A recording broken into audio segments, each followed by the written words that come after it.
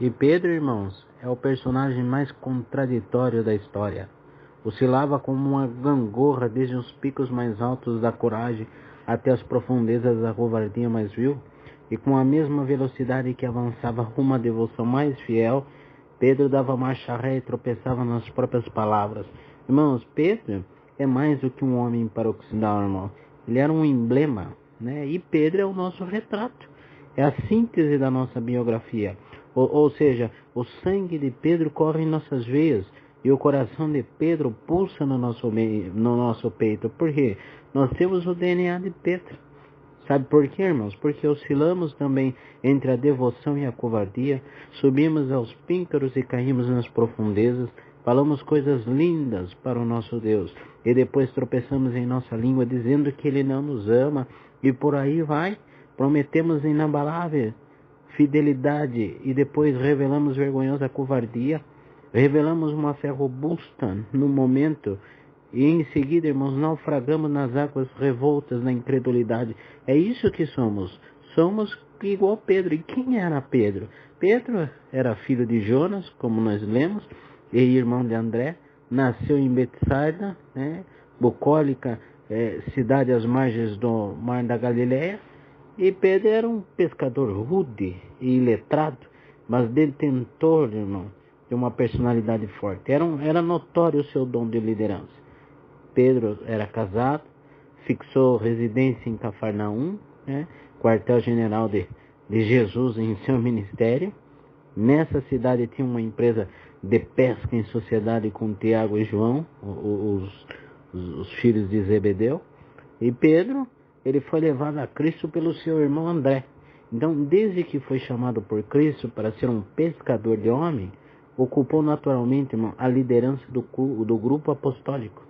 Né? O seu nome figura em primeiro lugar em todas as listas, né, que apresentam os nomes dos apóstolos. Ele foi um líder inconteste, né, dos apóstolos antes da morte de Cristo e o destacado líder depois da ressurreição de Cristo. Então, ele foi o homem que abriu as portas do Evangelho, tanto para os judeus como para os gentios. E o seu ministério foi direcionado especialmente aos judeus, aos da circuncisão, irmãos. Então ele foi um grande pregador da igreja primitiva em Jerusalém, aquele que levou a Cristo cerca de 3.000 pessoas em seu primeiro sermão, depois do Pentecostes.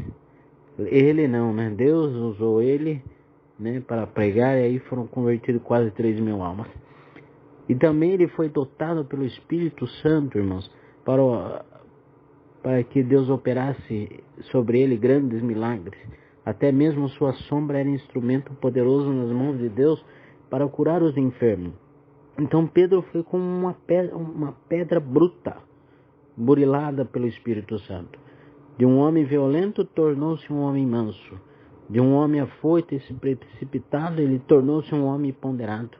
De um homem, irmão, explosivo, ele de repente tornou-se um homem controlado e paciente. De um homem covarde, tornou-se um gigante que enfrentou prisões, açoites e a própria morte com indômita coragem, irmãos. Então Pedro foi um homem de oração. Ele tinha intimidade com Deus, porque prevalecia secretamente diante de Deus em oração, levantava-se com poder diante dos homens para pregar. E então Pedro foi um pescador de homens, e um presbítero entre os outros presbíteros. E Jesus colocou em sua mão o cajado de pastor e ordenou-lhe apacentar seus cordeiros e pastorear suas ovelhas. Então Pedro foi um homem que encorajou a igreja a enfrentar o sofrimento da perseguição, e também denunciou com inabalável coragem os falsos mestres que perturbavam a igreja. E esse foi então o teor respectivo das suas duas epístolas. Pedro foi um missionário, irmão, que junto com a sua esposa anunciou o evangelho em muitos redutos do Império Romano. Pedro exaltou Cristo em sua vida e glorificou Deus através da sua morte, né? Que você e eu, irmãos, sigamos as pegadas desse homem de Deus, e que em nossa geração Cristo seja conhecido em nós e através de nós. Então eu pergunto para os irmãos, o que podemos aprender com esse homem? Quais são os traços da sua vida que lançam luz sobre a nossa realidade? E como ele pode ser o nosso pedagogo? Irmão, por isso é muito bom ler a Bíblia, é muito bom ler a palavra, porque na Bíblia tem tudo que nós precisamos.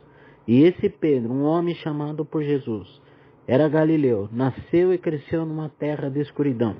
A influência gentílica era esmagadora na Galiléia, irmão. E essa região era conhecida como Galiléia dos gentios, ou seja, terra das trevas e escuridão. Prosperavam nessa terra muitas crendices, muitas crenças estranhas e contrárias à fé judaica. E um dia Pedro foi levado a Cristo pelo seu irmão André. E este era pacato e também reflexivo. Nunca esteve sob as luzes da ribalta, irmão. Nunca ocupou lugar de preeminência. Sempre foi ativo e operoso, mas sempre trabalhou nos bastidores.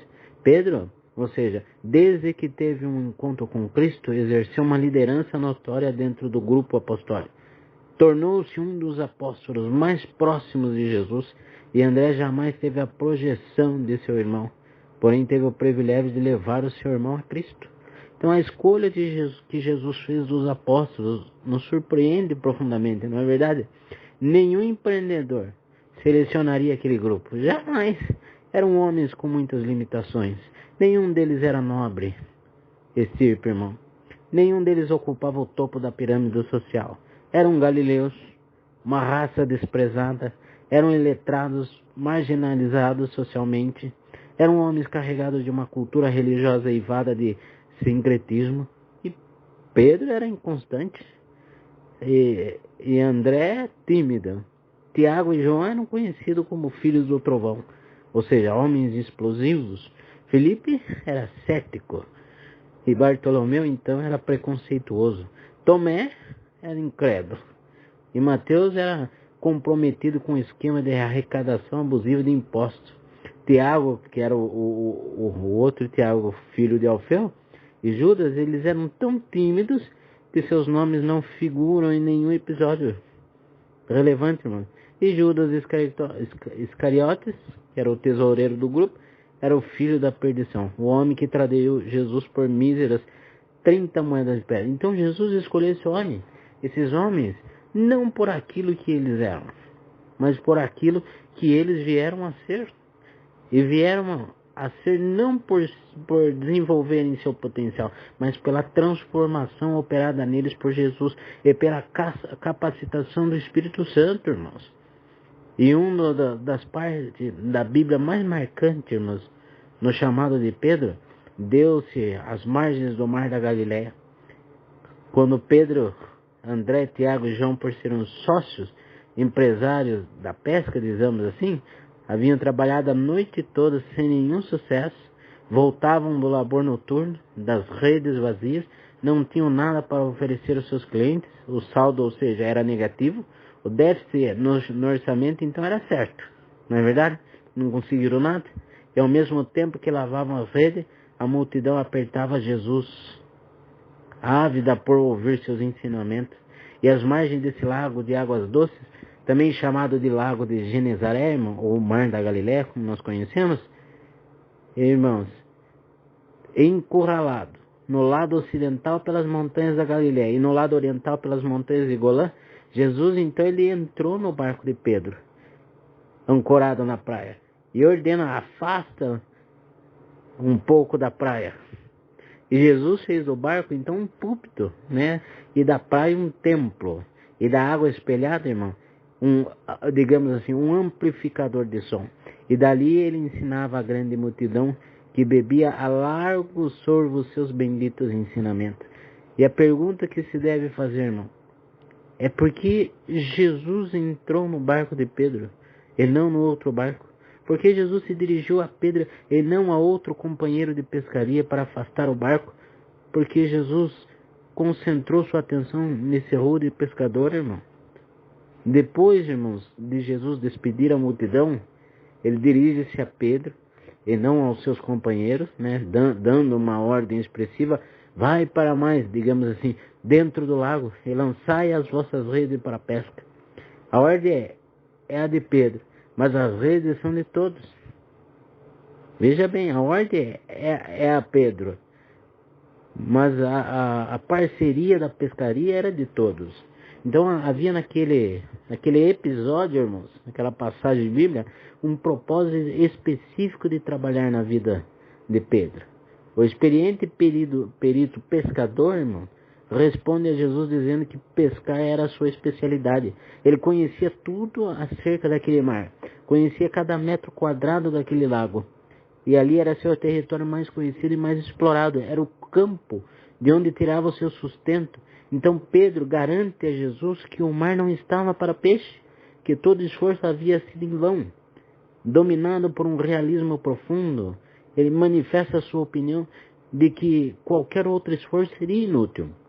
Então Pedro apresenta diante de Jesus sua lógica fria e a sua experiência madura, numa certeza experimental.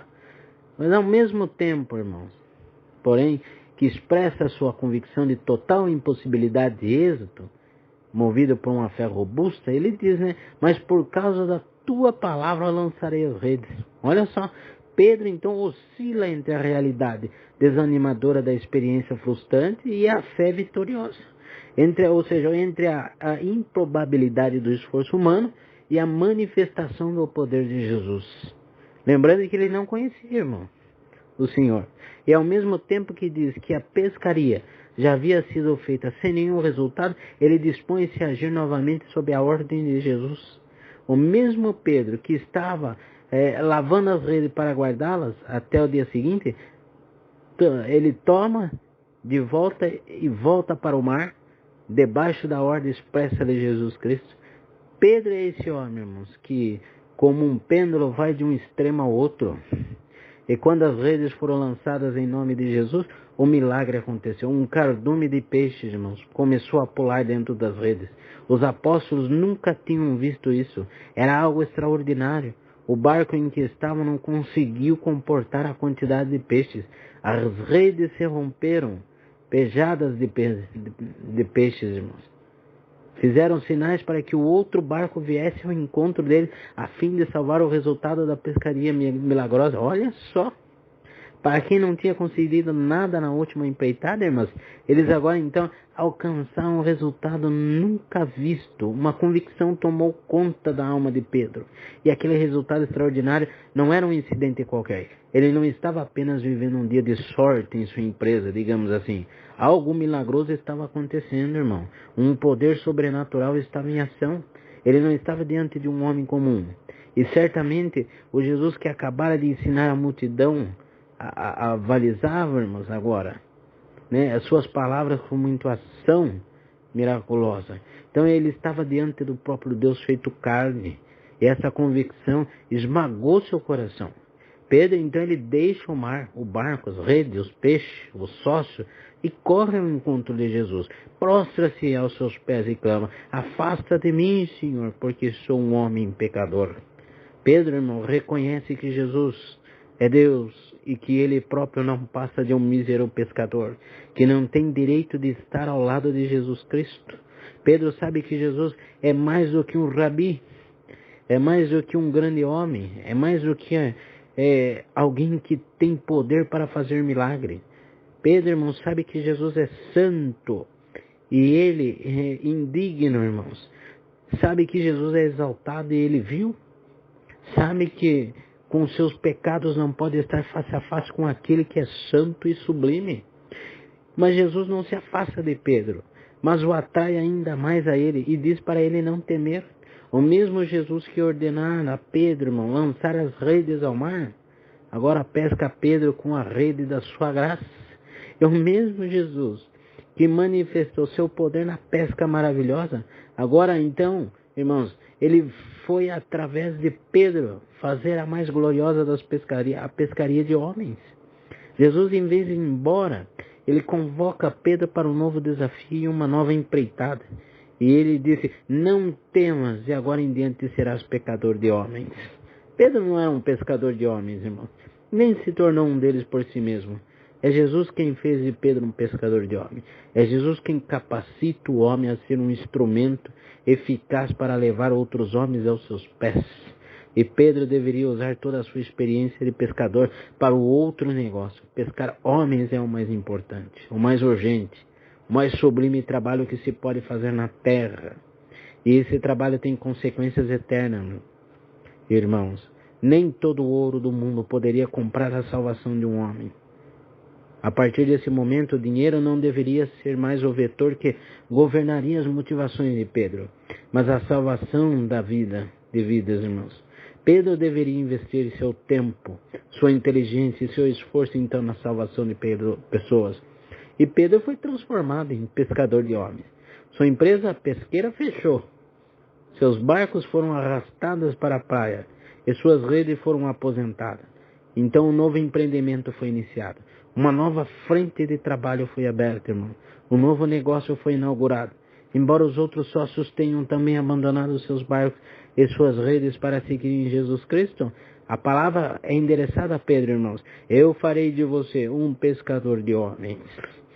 E de fato, Pedro vai ser preparado para atuar como um pescador de homens, para lançar a rede do Evangelho, para levar a multidão a Cristo. E ele é o grande pregador, o grande líder, que cheio do Espírito Santo, irmão, foi poderosamente usado para abalar as estruturas do inferno e arrancar da potestade de Satanás milhares de vidas e transportá-las para o reino de luz. Então Pedro foi o homem usado por Deus para abrir a porta do Evangelho, tanto para os judeus como para os gentios. E mais tarde Jesus coloca também nas mãos de Pedro o cajado de um pastor, como está em 21 de João, para apacentar os cordeiros e pastorear as ovelhas de Cristo. Então Pedro não é apenas salvo por Jesus, mas também transformado em discípulo e apóstolo dele. Não foi apenas escolhido como apóstolo, mas como líder de seus pares. Pedro se tornou um dos apóstolos mais próximos de Jesus. Junto com Tiago e João, Pedro formou o grupo dos discípulos que desfrutaram de maior intimidade com Cristo. Somente os 3 entraram na casa de Jairo e quando Jesus ressuscitou a sua filha. Olha só, irmão, que interessante, somente os 3 subiram ao monte da transfiguração e viram Jesus sendo transfigurado e conversando com Moisés e Elias acerca da sua partida para Jerusalém. Somente os 3, irmãos, desfrutaram do momento mais crucial da vida de Cristo, no jardim do Getsemane, quando confessou que sua alma estava profundamente triste até a morte. Então, Tiago, João e Pedro viram como ninguém o poder de Jesus Cristo sobre a morte na casa de Jairo, a glória antecipada de Jesus no monte e a sua agonia indizível no Getsemane. Então é bem verdade, irmão, que dessas 3 ocasiões, Pedro teve uma postura repreensível em 2 delas. No monte da transfiguração, Pedro, sem saber o que falava, equiparou Jesus a Moisés e Elias, representando, irmãos, ali da lei e dos profetas, ali no topo daquela montanha banhada de luz, aurifulgente, irmão. Pedro não discerniu a centralidade da pessoa de Jesus, nem a centralidade de sua obra. E no Getsemane, mesmo depois de prometer a Jesus fidelidade irrestrita, Pedro dormiu na hora da batalha mais renhida da humanidade, quando Jesus orou, chorou e suou sangue. Irmãos, Pedro é um símbolo da nossa natureza, ambígua, contraditória e paroxidal. É um homem que chega às alturas excelsas e desce aos vales profundos. É o homem que faz declarações ousadas e demonstra em seguida uma postura covarde. É o homem que faz também promessas de fidelidade incondicional para logo depois negar seu nome, sua fé e seu Senhor com juramentos e anátemas. É o homem que faz avanços inusitados e dá marcha ré com a mesma velocidade. Nós não somos diferentes de Pedro. Como eu disse, o sangue de Pedro corre em nossas veias. O coração de Pedro bate em nosso coração.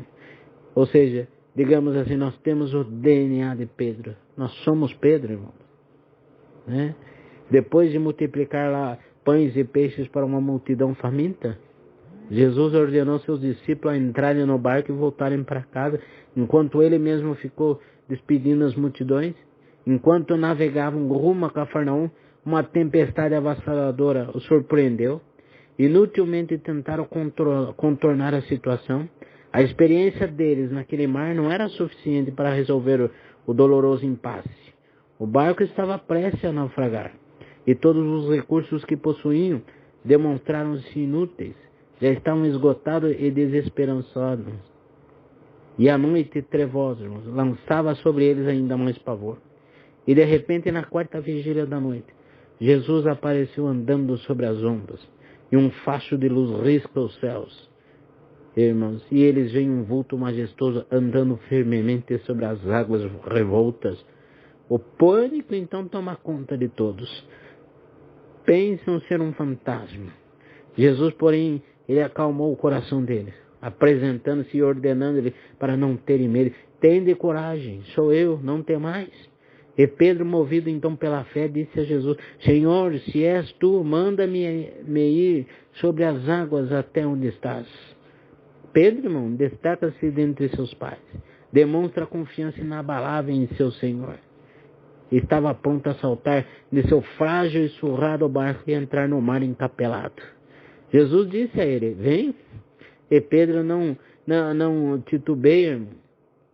Num arrobo audacioso, ele salta do barco surrado pela fúria das ondas e começa a andar sobre o mar agitado. Fato extraordinário, irmão. Milagre sublime. Pedro vence a fúria do mar. As ondas tornam-se firmes debaixo de seus pés. Num instante, irmãos, porém, Pedro olhou para a fúria do vento e para as ondas revoltas e teve medo. E é dessa forma, às vezes, que nós nos encontramos. Nós enxergamos o Senhor na nossa frente. E nessa tempestade nós pulamos no mar. Porque o nosso barco está tão surrado de tanta prova e de tanta luta, que nós começamos a andar em direção de Cristo quando nós vimos Ele. No começo, andamos por sobre as águas. Mas quando nós paramos de olhar para Cristo e olhamos para o mar revolto, irmãos, nós começamos a balear e começamos a afundar nas nossas provas. Enquanto Pedro estava com seus olhos fitos em Jesus Cristo, ele avançou o sobrancelho. Mas ao tirar os olhos de Cristo e fixá-lo no problema, ele afundou. Então ele gritou de imediato: Senhor, salva-me. Irmão, Jesus prontamente estendeu-lhe a mão e arrancou da fúria das ondas, dizendo: homem de pouca fé, por que temeste? Por que duvida? Ou seja, Pedro oscilou entre a fé e a dúvida, entre a crença e a incredulidade, entre a confiança e o medo. E é dessa maneira que nós temos agido ultimamente. A prova sobrevém. Sabemos que Cristo está no nosso barco, mas a prova bate aqui, bate dali, entra água de desespero no nosso barco e parece que vai afundar. Surrado está o nosso barquinho. E como vimos Cristo, brota uma fé dentro do nosso coração. E queremos até ir onde Ele está. E começamos a andar por sobre as águas. Mas quando olhamos para o mar revolto, pela fúria da tempestade, e esquecemos de olhar para Cristo Todo-Poderoso, o que rege esse mundo, irmão, aí nós começamos a afundar. Porque ao mesmo tempo há uma crença, mas há uma incredulidade. Há uma confiança, mas entra o medo também. Outra parte, irmão, que retrata esse fato de forma eloquente, irmão, está lá em 16 de Mateus. Jesus estava caminhando por Cesareia de Filipe, no extremo norte de Israel, nas fraldas do Monte Hermão, que era o monte mais alto de Israel, né, na divisa com o Líbano, onde nasce ali o Rio Jordão. Jesus fez até uma enquete com seus espíritos e perguntou: quem os homens dizem ser o Filho do Homem? Discípulos abriram um mapa diante de Jesus e responderam que o povo estava confuso e assaz equivocado acerca de sua identidade. E disseram: alguns dizem que é João Batista, outros Elias, e outros Jeremias ou algum dos profetas. Aquela região, irmão, fortemente marcada pelo paganismo, gentílico, né? Tinha crenças influenciadas pela antiga doutrina, né? Da metempsicose, digamos assim, ou transmigração das almas, mais conhecido hoje por reencarnação. O miticismo acerca de Jesus, irmãos, e não a verdade, dominava a mente daqueles toscos galileus, digamos assim. Mesmo assim, mesmo Jesus tendo pisado aquele chão, realizado naquela região tão portentosos milagres, o povo não o conhecia. E mesmo frequentando a sinagoga e ouvindo a leitura da lei, não tinham discernimento para reconhecer o Messias. Ou seja, a confusão religiosa e a cegueira espiritual predominavam naquele lugar. E o povo ainda hoje não conhece claramente quem é Jesus. Alguns o veem apenas como um profeta, outros como um espírito iluminado. Aqueles que imaginam que Jesus é um mestre moral. Não faltam os abusos para taxar, irmão, Jesus de comunista também, de revolucionário, né? Ou seja, o mundo não conhece Cristo. Seus olhos estão tapados por uma venda e seus ouvidos fechados por um tampão. O coração dos homens, irmãos, é pedra insensível quando se fala de Cristo e jamais compreenderá a verdade de Deus, a menos que Deus se revele a eles. Somente o Pai pode revelar o Filho. E apenas aquele cujos olhos são abertos pelo próprio Deus, irmão, podem reconhecer e confessar Cristo. E muitos, irmãos, taxam Cristo como mentiroso, outros lunático e outro Deus. Se Jesus afirmou ser quem não é, então ele é um mentiroso, certo? Se Jesus pensou ser quem não é, então ele é um lunático. Se, porém, Jesus é quem ele disse ser, então ele é Deus, irmãos. E nós temos que crer que ele é Deus. Aqueles que negam a divindade de Cristo e ao mesmo tempo defendem que ele é um profeta ou um mestre moral, entra em uma absurda contradição. Quem mente acerca da própria identidade e afirma ser quem não é, não pode ser um profeta, muito menos um mestre moral, concordam? Porque Jesus disse ter vindo do Pai, irmãos. Sendo igual ao Pai em palavras e obras, não, só nos resta uma opção: reafirmarmos de fato que Ele é Deus e cair aos seus pés em vera adoração, como fez o apóstolo Tomé, dizendo: Senhor meu e Deus meu. Por isso Jesus voltou-se para os discípulos e perguntou, irmãos: mas vós, quem dizeis que eu sou? E Pedro, sempre falante, né? Sempre proativo, sempre líder, respondeu pelo grupo: Tu és o Cristo, o Filho do Deus vivo. Irmão, olha, até arrepia, né, irmãos, a nossa carne quando falamos essas palavras que Pedro disse de Cristo. Tu és o Cristo, o Filho do Deus vivo. Ou seja, Pedro sabia que o carpinteiro de Nazaré, o rabino da Galileia, era mais do que um profeta e mais do que um mestre moral. Ele sabia que Jesus era o Messias prometido, o Cristo de Deus, o Filho do Altíssimo.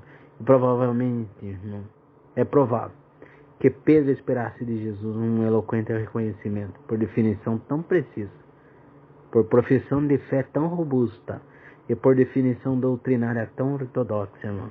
E Jesus, porém, ao ouvir de Pedro tão preciosa declaração, respondeu: Simão Barjonas, tu és bem-aventurado. Meu Deus, pois não foi a carne e sangue que te revelaram isso, mas meu Pai que está no céu. Olha, irmãos, Jesus diz a Pedro que o seu correto conhecimento e sua precisa confissão não foram frutos de sua autodescoberta, mas da revelação do Pai. Ninguém, irmão, conhece Jesus se primeiro o Pai não revelar o seu Filho. O correto entendimento espiritual, irmão, acerca de Jesus não é resultado da pesquisa humana, mas da revelação divina.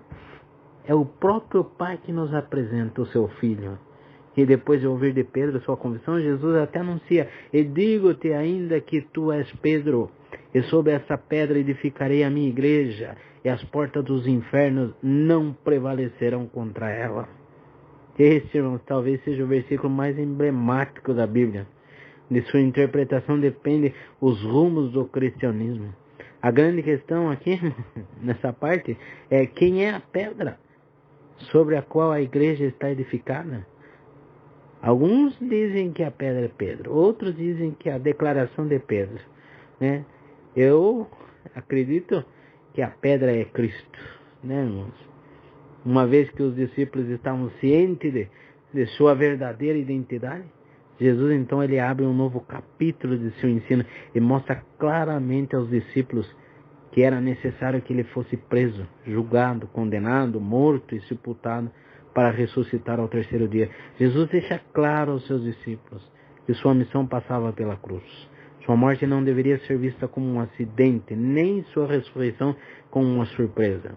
Mesmo Jesus, irmãos, sofrendo um complô de judeus e gentios para levá-lo à cruz, essa agenda não estava nas mãos dos homens, mas nos eternos decretos de Deus. Jesus veio para morrer, e morrer pelos nossos pecados. Jesus veio para dar sua vida pelo seu povo. Ele veio para morrer pelas suas ovelhas, pela sua igreja, irmãos, por nós. E diante dessa espantosa declaração de Cristo, de Jesus, o mesmo Pedro, que acabara de profetizar sua fé ortodoxa na messianidade de Jesus, irmão, e na filiação divina, ele passa a repreender Jesus, dizendo: Deus tenha compaixão de ti, Senhor. Isso jamais te acontecerá. Faltou a Pedro, irmão, o discernimento espiritual nessa hora. Ele não conseguia ver o futuro com os mesmos olhos de Cristo. Por isso Jesus se volta para ele e diz de forma até contundente, meio dura: para trás de mim, Satanás. Tu és para mim motivo de tropeço, pois não pensa nas coisas de Deus, mas sim nas que são dos homens. Pedro, irmãos, então ele vai de um extremo a outro. Num instante recebe a revelação de Deus, no outro é um instrumentalizado por Satanás. No momento afirma ser Jesus o Cristo e o Filho de Deus. No outro ele tenta afastar Jesus da cruz. Ou seja, Pedro nessa hora ele foi uma gangorra que vai da fé à incredulidade, da afirmação mais fiel à tentação mais vil. Então fica evidente que a igreja não poderia ter sido edificada sobre um fundamento tão frágil. Por isso que a pedra descrita é Cristo. E nós às vezes não sentimos assim. Queremos que a nossa vida seja regida de um jeito que achamos que é melhor. E não é. Quem toma as rédeas da nossa vida é Cristo. Hoje está bom, louvado seja Deus. Amanhã deu uma arruinada, né, irmãos? Louvado seja Deus. É permissão de Deus. Não colocamos a nossa mão naquilo que não nos pertence. Ah, mas é a minha vida. Mas a tua vida está nas mãos do Todo-Poderoso. É Ele que tem a vara, que rege o mundo, que rege a nossa vida. Então entrega a tua aflição, entrega a tua alma, entrega a tua vida espiritual e material nas mãos daquele que tem as rédeas. Ele sabe como trabalhar. Você precisa confiar, não é? Então, irmãos, é claro que Jesus não estava dizendo que Pedro é Satanás, de maneira nenhuma. Também não estava afirmando que Pedro estava possesso. Nem Jesus mandou Pedro arredar. O que Jesus estava fazendo ali, né, era... O Pedro estava sendo um instrumento de Satanás, estava sendo mandado. Quem instigou, né? Satanás que instigou Pedro a arredar. Satanás usou várias estratégias para afastar Jesus da cruz. E ali, irmãos, né, ele dá mais uma cartada. Mas Jesus discerniu o seu ardil e disse para ele arredar. Satanás sai e Pedro fica. Por isso diz: para trás de mim, Satanás. Não estava falando com Pedro, mas estava falando com o espírito demoníaco. Pedro é discípulo, e em Pedro Jesus ele ia continuar investindo. Não que Cristo abandonou, mas estava com ele. E quantas vezes estamos na carnalidade? E isso nós temos que tomar muito cuidado espiritualmente falando, irmão, para que nós não possamos ser instrumentos do inimigo, mas possamos ser instrumento, possamos ser vaso de honra para o nosso Deus. E deixamos o oleiro trabalhar em nós conforme ele quer, né? Pedro, irmão, era um homem também desprovido de entendimento. 8 dias depois daquilo que aconteceu, né, no capítulo anterior, Pedro, mesmo recebendo severa advertência de Jesus, comete outro deslize. Jesus sobe ao monte da transfiguração com o propósito de orar, e aí ele levou consigo Pedro, Tiago e João, como eu disse, né, há pouco atrás. Jesus ora, mas Pedro e seus condiscípulos são tomados pelo sono. O que empolgava Jesus dava sono em Pedro e nos seus colegas. O que era o deleite de Jesus era um pesadelo para Pedro e seus pares. Então, no topo daquela montanha, irmão, Pedro, Tiago e João viram 4 milagres estupendos. O primeiro milagre, como eu disse, foi a transfiguração de Jesus. O Filho de Deus foi transfigurado diante deles, irmãos. Olha que privilégio. O corpo de Jesus foi vazado por um brilho espiritual. E seu corpo brilhava como a luz e a sua roupa resplandeciam de brancura como nenhum lavandeiro da terra poderia fazer. Ou seja, a glória de Deus estava sobre Jesus Cristo, porque os céus desceram sobre a terra naquele dia. O segundo milagre ocorrido foi que Moisés e Elias apareceram em glória, conversando com Jesus sobre sua partida para Jerusalém. Né, irmãos? Partida, irmãos, de onde vem, no grego, a palavra portuguesa é êxodo, né? E Moisés e Elias falaram com Jesus sobre sua prisão, condenação e morte na cruz. A cruz de Jesus foi o nosso êxodo. Foi através da sua morte na cruz que Jesus abriu as portas do nosso cativeiro, irmão, e quebrou nossas algemas. E fomos libertados do pecado, do diabo e da morte. E o terceiro milagre é que eles foram envolvidos por uma nuvem luminosa que os envelopou. E aquela não era uma nuvem comum, era uma manifestação poderosa da própria presença de Deus entre eles. Os céus então desceram à terra. Deus veio até eles de forma eloquente e majestosa. Olha que privilégio. E o quarto milagre é que dentro da nuvem ouviram uma voz divina dizendo: "Este é o meu filho, o meu eleito." A ele ouvi. O próprio Deus Todo-Poderoso, irmão, presente naquela nuvem luminosa, falou com eles. Ouviram então a voz do Onipotente.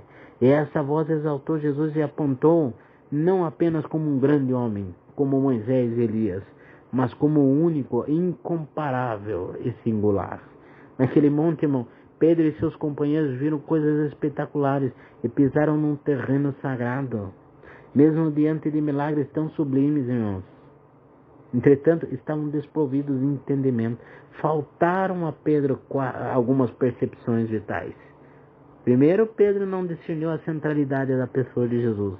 Sugeriu que 3 tendas fossem armadas. Uma para Jesus, uma para Moisés e outra para Elias. Pedro não sabia o que estava falando. E não sabia porque falava uma grande bobagem, irmão. Pedro cometeu um grande equívoco. Comparou e equiparou Jesus a Moisés e Elias, os representantes da lei e dos profetas.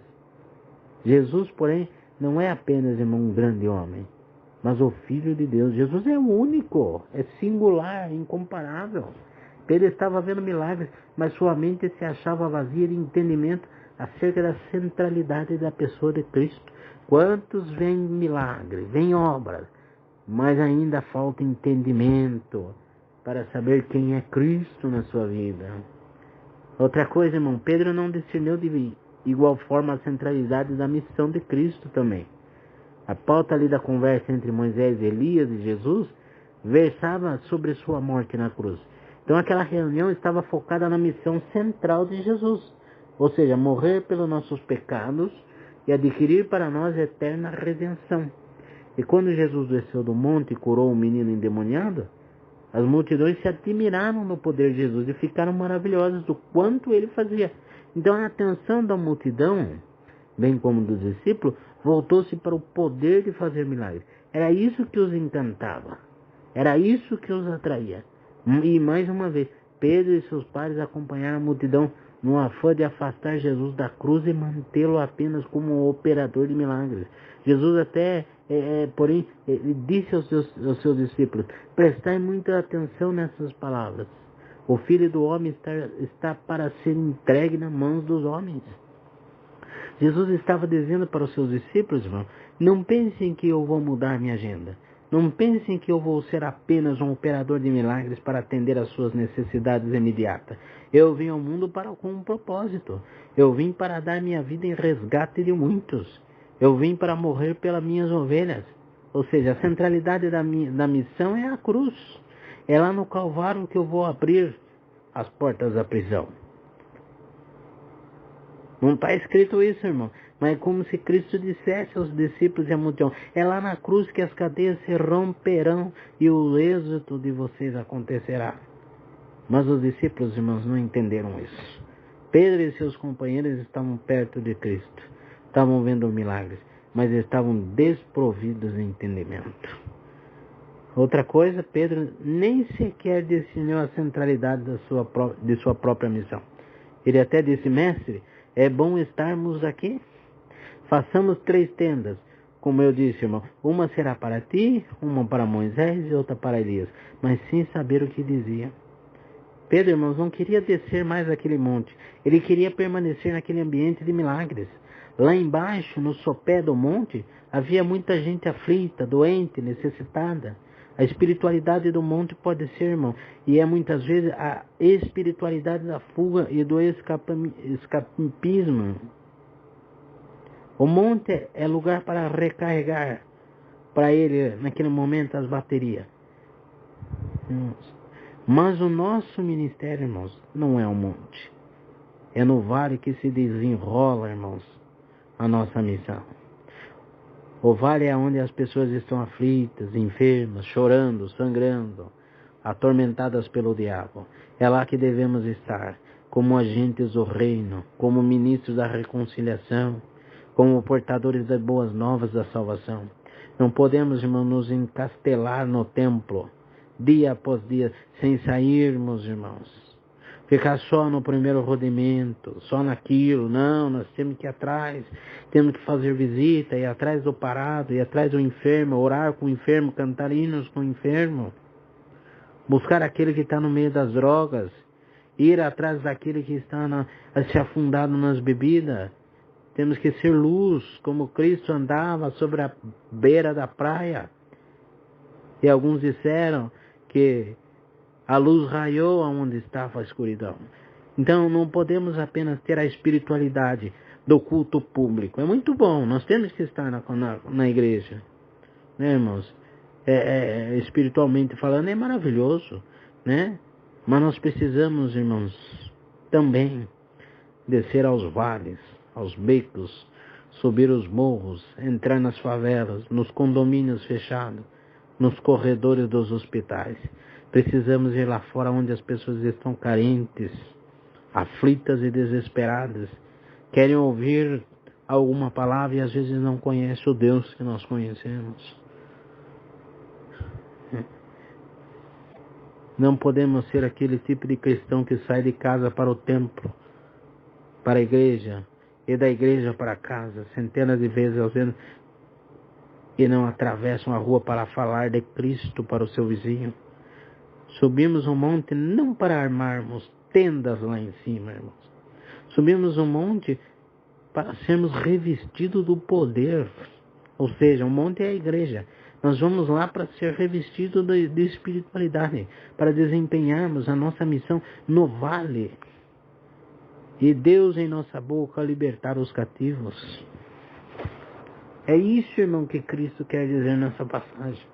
Outra coisa, irmão, Pedro não conseguiu sequer entender a centralidade da adoração. Quando ele e seus companheiros viram a nuvem luminosa e ouviram, saindo dela a voz dizendo, como eu disse, esse é o meu filho, o meu eleito, a ele ouvir, eles encheram-se de medo, caíram de bruços tomados de grande medo e ficaram aterrados, irmãos.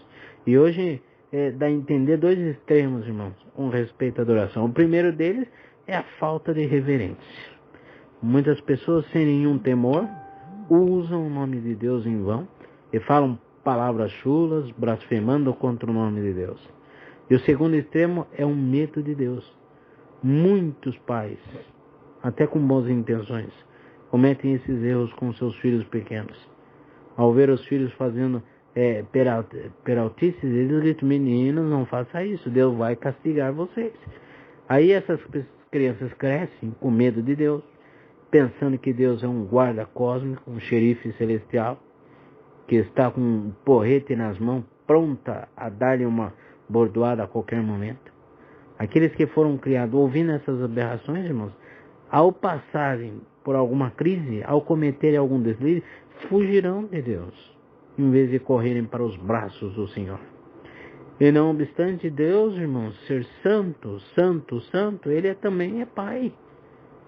E um Pai cheio de misericórdia, que corre ao encontro de seus filhos para dar-lhe o beijo do perdão e o abraço da reconciliação. E Pedro estava vendo milagres, mas não conseguia então discernir a centralidade da pessoa de Jesus, a centralidade da missão de Cristo e a centralidade de sua própria missão, nem mesmo a centralidade do culto, irmãos. Então, às vezes, nos encontramos dessa forma. E nós temos que virar essa chave espiritual. Pedro também é um homem vulnerável, né? Veja a entrada triunfal de Jesus. Foi até segunda-feira, o Senhor mandou essa palavra no Jardim Guadalajara, Sorocaba. A entrada triunfal de Jesus em Jerusalém foi debaixo de muita tensão. Veja bem, a cidade estava alvoroçada. Era a festa da Páscoa. E nesse tempo a cidade quintuplicava a sua população, digamos assim. Porque a Páscoa era a alegria dos judeus e também o terror dos romanos. Então havia sempre uma vigilância maior, né, com medo de algum motim. E nos bastidores, as autoridades judaicas já haviam tramado a morte de Jesus. O rabino da Galiléia estava incomodando demais os sacerdotes que governavam o templo. E os fariseus já estavam,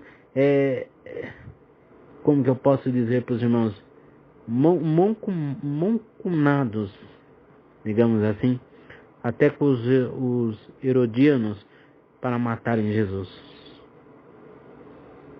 E a ressurreição de Lázaro foi então a gota d'água que transbordou, desencadeando essa trama contra Jesus. E mesmo sabendo da orquestração que se desenhava contra ele, Jesus ele rumou, irmão, para Jerusalém com toda a firmeza. Era a sua missão, era o que estava predito, né? Foi dito isso pelo profeta. Então, quando Jesus entrou na cidade, montado no jumentinho, a multidão de discípulos estendeu pelo caminho roupas e ramos, e todos gritavam: Hosana, Hosana, bendito o que vem em nome do Senhor. E a multidão jubilosa, tanto a que o precedia como a que o seguia, louvava a Deus em alta voz por todos os milagres que tinham visto, dizendo: bendito o Rei que vem em nome do Eterno, paz no céu e glória nas alturas. Jesus então, irmão, desceu o Monte das Oliveiras, cruzou o Vale do Cedron e ficou de frente do magnificente Templo de Jerusalém, no Monte Moriá. E ao ver a cidade que matou os profetas e apedrejou os que Deus havia enviado, Jesus até chorou. O choro de Jesus foi convulsivo. Foi o choro doido de alguém que perde um membro da família. E Jesus não apenas chorou, mas explicou o motivo das suas lágrimas. Se tu conhecesses ao menos nesse dia o que te poderia trazer a paz, mas agora isso está encoberto aos teus olhos, porque te sobrevirão dias em que os teus inimigos haverão de te cercar de trincheiras, te sitiar e te atacar por todos os lados, e te derrubarão a ti e a teus filhos que dentro de ti estiverem, e não deixarão em ti pedra sobre pedra, pois não reconhecesse o tempo em que foste visitado. Irmão, Jesus chora, porque a cidade que matou os profetas também o levaria à cruz. E a cidade que ouviu a voz de Deus e viu os milagres de Deus, fechou seu coração à oferta da graça. Por isso receberia o chicote do juízo.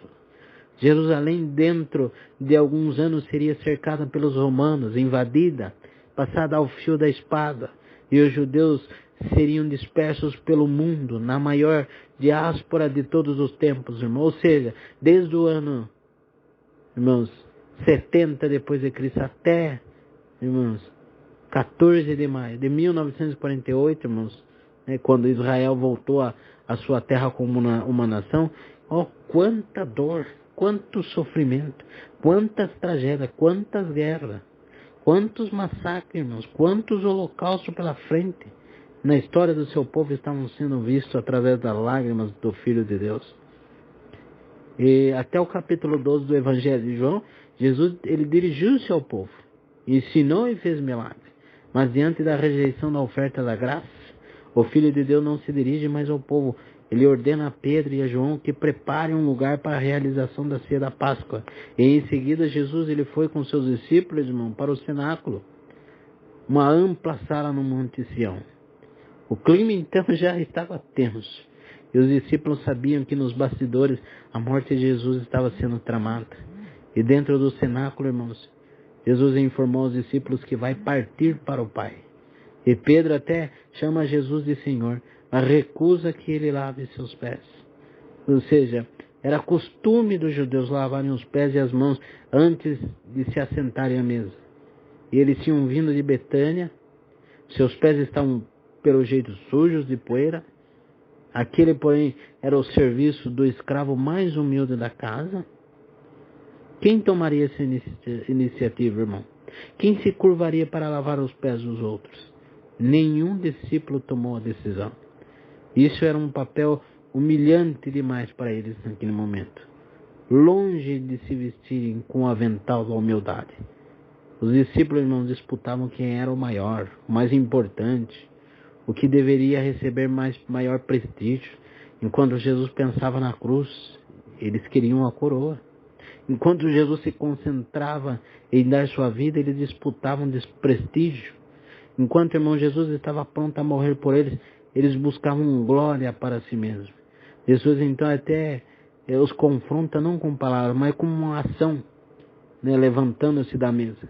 Ele apanha uma bacia de água e cingindo-se com uma toalha, ele começa a lavar os pés dos discípulos. Olha que humildade. Os discípulos então ficam confusos, perplexos, envergonhados, porque não podiam esperar uma atitude daquele a quem eles o chamam de mestre e senhor. Pensavam que esse papel não era compatível com a sua grandeza. E Jesus estava se humilhando demais. Quando Jesus chega diante de Pedro para lavar os pés, Pedro até se recusa terminantemente, irmão, dizendo: Senhor, tu lavarás os meus pés? É como se Pedro estivesse dizendo, mesmo tendo conversado com seus pares acerca de grandeza, jamais poderia aceitar que Jesus assumisse o papel de escravo para servi-lo. Mas Jesus disse para ele: agora não compreendes o que eu faço, mas depois entenderás. E Pedro, irmãos, mais uma vez, interfere e fala: nunca lavarás os meus pés. E Jesus disse para ele: se eu não te lavar, não terás parte comigo. Pedro, irmão, até ele pediu: Senhor, não lave somente os pés, mas também as mãos e a cabeça. Aí Jesus declarou: quem já se banhou precisa lavar apenas os pés, pois no mais está todo limpo. Vós estáis limpo, mas nem todos. Irmãos, Pedro sempre foi um homem intenso. Com ele era 880, como uma gangorra, oscilava de um extremo a outro. Mas depois de lavar os pés dos discípulos, Jesus voltou para a mesa e disse-lhe: vós me chamais o mestre e senhor, e fazeis bem, pois eu o sou. Se eu, Senhor e mestre, lavei os vossos pés, também deveis lavar os pés um dos outros. Ou seja, a humildade, irmãos, não desfaz a grandeza, mas sim ressalta. O serviço não ofende aquele que é grande, promove. E no reino de Deus a pirâmide está invertida. Ser grande é ser pequeno, e ser o maior é ser o servo de todos. E com isso, irmãos, Jesus estava reprovando então o orgulho dos discípulos, pois no mesmo momento em que Jesus estava caminhando para a cruz, os discípulos estavam disputando a coroa. Na mesma proporção em que Jesus estava oferecendo sua vida, os discípulos estavam disputando primazia. Na mesma medida, irmãos, que Jesus estava abrindo mão de sua glória para morrer em lugar dos pecadores, os discípulos estavam buscando glória para si mesmos. E Pedro era a síntese desse orgulho, dessa contradição. Pedro, porém, irmãos, não é uma personagem isolada da história. Ele está presente em nós.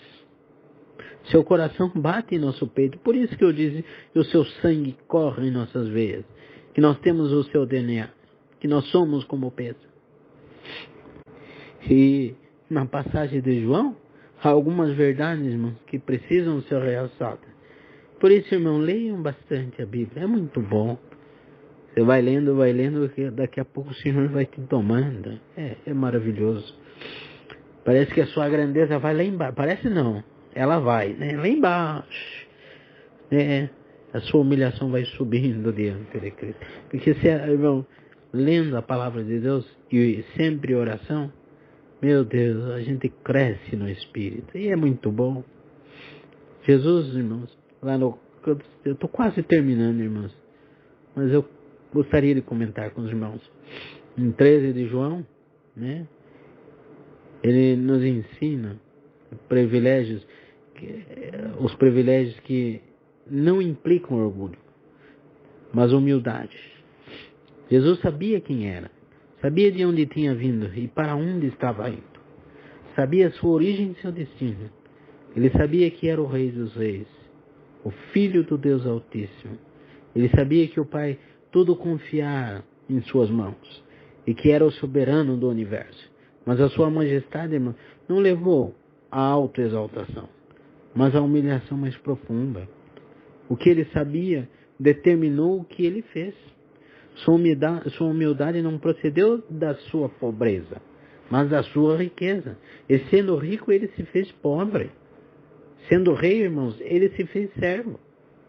Sendo Deus, ele se fez homem. Ou seja, sendo o soberano do universo, ele se cingiu com uma toalha e lavou os pés do seu discípulo. Ah, irmãos, como precisamos dessa lição de Cristo na nossa vida. Temos muitas pessoas grandes, irmãos, né? Mas são poucos servos. Muita gente no pedestal e poucas inclinadas com a bacia e a toalha na mão. Muita gente querendo ser servida, mas tem muito pouco prontas a servir. Então a humildade de Jesus repreende o nosso orgulho. O mundo aí, irmão, está cheio de gente que está de pé sobre sua dignidade, quando deveria estar ajoelhado aos pés de seus irmãos, né? E veja, irmão, que a perplexidade de Pedro. O Senhor está ajoelhado diante dos seus discípulos, lavando os seus pés empoeirados. Eles até que poderiam lavar os pés de Jesus, como Maria em Betânia, né? Fez com perfume caro. Mas Jesus lavando seus pés, Pedro, ele, como disse, ficou completamente tomado de perplexidade e perguntou a Jesus: Senhor, tu lavarás os meus pés? Ou seja, Pedro, ele revela nesse capítulo mais uma vez o seu temperamento ambíguo e contraditório. No momento ele proíbe Jesus de lavar-lhe os pés. No outro momento quer ser banhado dos pés à cabeça. Pedro não entende o que Jesus está fazendo, irmãos. Ele vê, mas não compreende. Seu coração estava certo, mas sua cabeça estava completamente errada. Ou seja, Pedro tem mais amor do que conhecimento, mais sentimento do que discernimento espiritual. E ao mesmo tempo que chama Jesus de Senhor, ele diz: nunca lavará os meus pés. Pedro errou quanto ao estado de humilhação de Cristo, irmão. E errou também quanto ao significado do ato realizado por Jesus. Ele pensou num ato literal, enquanto Jesus estava falando de uma purificação espiritual. A linguagem de Jesus ali, irmãos, é a mesma do capítulo 3, quando ele fala para Nicodemos sobre o nascimento espiritual, do capítulo 4. Quando ele fala para a mulher também samaritana sobre a água espiritual. E do capítulo 6, quando ele fala sobre o pão espiritual. Então Jesus estava tratando da limpeza espiritual. E a incompreensão de Pedro, irmãos, Jesus responde a Pedro que sua ação só seria compreendida por ele mais tarde. Pedro não estava nesse momento alcançando o significado espiritual do gesto de Jesus. Ele via apenas um ato físico, um serviço incompatível com a sua grandeza de seu mestre. Pedro não precisava entender o que era ser lavado por Cristo. Jesus não estava falando de uma lavagem física, mas espiritual. E quem não for lavado, purificado, justificado, irmão, e santificado por Cristo, não tem parte com Ele. Cristo precisa lavar-nos, se queremos reinar com Ele em sua glória. E o significado dessa passagem é simples, porém muito profundo, irmãos. Pedro, a menos que por meio de minha obra completa de humilhação, da qual essa lavagem de pé é apenas parte, eu o limpar de seus pecados, você não participará comigo dos frutos do meu mérito redentor. Ou seja, dois eventos, o lava-pés e a crucificação, são na verdade da mesma qualidade. O reverenciado e exaltado Messias assume então a função de servo desprezado para o bem de outros. Judas não estava limpo, irmãos. Ele não tinha sido transformado, não estava convertido. E a súplica de Pedro, qual era? Irmão? Ele pula de um extremo para o outro, como eu disse. Essa era uma característica de sua personalidade. Como eu disse um pouquinho atrás, como uma gangorra, oscilava de um lado para o outro. Pedro, irmãos, não queria ser apenas que seus pés fossem lavados, mas de repente ele queria um banho completo. Ou seja, Jesus responde a ele que isso não era necessário. O banho, irmão, é o símbolo da salvação. E já havia acontecido com ele. Ele precisava agora de purificação, ou seja, símbolo da santificação. Pedro precisava entender que a salvação não precisava de retificação. Porque a salvação não é uma dádiva que se recebe hoje e se perde amanhã. A salvação é eterna. Quem já se banhou não precisa lavar senão os pés. Ou seja, quem se batizou não precisa se batizar, desde que se batize em nome de Jesus. A salvação é uma dádiva eterna, irmãos. Lavar, irmãos, na palavra grega, irmãos, significa lavar uma parte do corpo, né?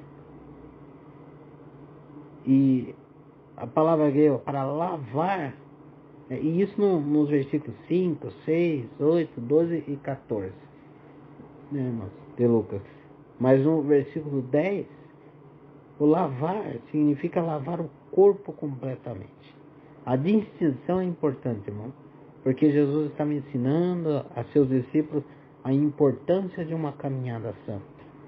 Quando um pecador confia em Jesus, é banhado completamente, e seus pecados são perdoados. E Deus nunca mais se lembra desses pecados. Contudo, como os crentes andam nesse mundo, eles são contaminados e precisam ser purificados. Não precisam ser justificados de novo, mas de constante purificação. Diz as Escrituras, irmão, se confessarmos os nossos pecados, Ele é fiel e justo para nos perdoar os pecados e nos purificar de toda injustiça. Ou seja, quando andamos na luz, temos comunhão com Cristo. Como quando somos purificados, andamos em intimidade com Cristo. Ou seja, o banho é uma referência ao cancelamento inicial do pecado e à purificação da culpa, que é recebida na regeneração, enquanto, irmão, a repetida lavagem dos pés corresponde à remoção regular da impureza incidental da consciência, pela confissão de pecados a Deus e por uma vida de acordo com a sua palavra. E Pedro precisava entender isso, que os salvos precisam de contínua purificação, que eles precisavam sempre ser purificados, sempre lavar os pés, né? E nós precisamos ser lavados continuamente e purificados de nossas impurezas. O mesmo sangue que nos lavou em nossa conversão, purifica-nos agora, diariamente em nossa santificação. E essa verdade, irmãos, né, até é ilustrada pelo sacerdócio no Antigo Testamento, né? Em sua consagração, o sacerdote era banhado por inteiro, como está em 29 de Êxodo, um ritual realizado de uma só vez. Entanto, irmão, era normal ele se contaminar enquanto exercia seu ministério diário, de modo, né, que precisava então lavar as mãos e os pés na bacia de bronze que ficava no átrio, como está em 30 de Êxodo. Só então poderia entrar no santuário para cuidar das lâmpadas, comer o pão da proposição e queimar o incenso. Então a chave dessa passagem é 13 de João, lá no versículo 17. Ora, se sabeis essas coisas, bem-aventurados sois as que praticardes. Ou seja, a sequência é importante, que é a humildade, santidade e felicidade. A felicidade é resultado de uma vida conduzida dentro da vontade de Deus. E Jesus já havia ensinado aos seus discípulos, irmãos, acerca da humildade e do serviço. Mas ali em diante, ele dá uma lição prática, né? Qual é essa lição? Primeira, que foi a lição sublime, porque ao terminar de lavar os pés dos discípulos, Jesus retorna à mesa e pergunta se os discípulos tinham entendido a lição. E até afirma: vós me chamais mestre e senhor, e fazeis o bem, pois eu o sou. Se eu, senhor e mestre, lavei os vossos pés, também devei lavar os pés uns dos outros. Ou seja, os discípulos tinham uma clara compreensão de quem era Jesus. Chamavam-no de mestre e senhor. A teologia deles estava certa. Tinham na mais alta conta. Sabiam que ele era o próprio Filho de Deus, o Messias, o Salvador do mundo. Mas sem deixar de ser o mestre e o senhor, Jesus lavou seus pés. Se ele, sendo o maior, fez o serviço do menor, eles deveriam servir uns aos outros em vez de disputar quem era o maior entre eles. Ou seja, Jesus nocauteia ali aquela disputa por prestígio, irmão, e desfaz as barracas da feira de vaidade. Então, irmão, o que isso significa para nós? Em vez de buscarmos glória para nós mesmos, devemos nos munir de bacia e da toalha para servirmos uns aos outros. Outro exemplo supremo é que Jesus não foi um alfaiate do efêmero, mas o escultor do eterno. Ele não ensinou apenas com palavras, mas sobretudo um exemplo. E o exemplo é supremo, irmão. Não é apenas uma forma de ensinar, mas a única forma eficaz de fazê-lo. Se o servo, irmão, não é o maior do que o seu senhor, e se o senhor serve, então, irmão, o senhor, os servos, não tem desculpa para não servirem uns aos outros. O servo não é maior do que seu senhor. Assim, se o senhor se torna um servo, o que é feito dos servos? Ficam no mesmo nível que o senhor. Ao se tornar um servo, Jesus não nos empurrou para baixo.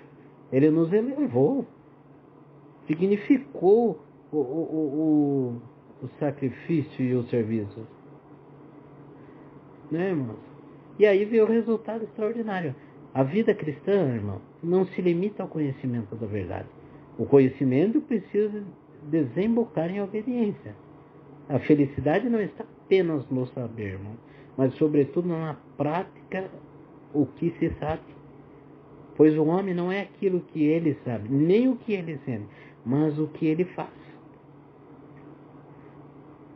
Né? Meus queridos irmãos, mas eu vou parar por aqui. Senão a gente vai ficar mais e mais tempo. Deus abençoe a todos. Vem até aqui, irmãos. Deus abençoe.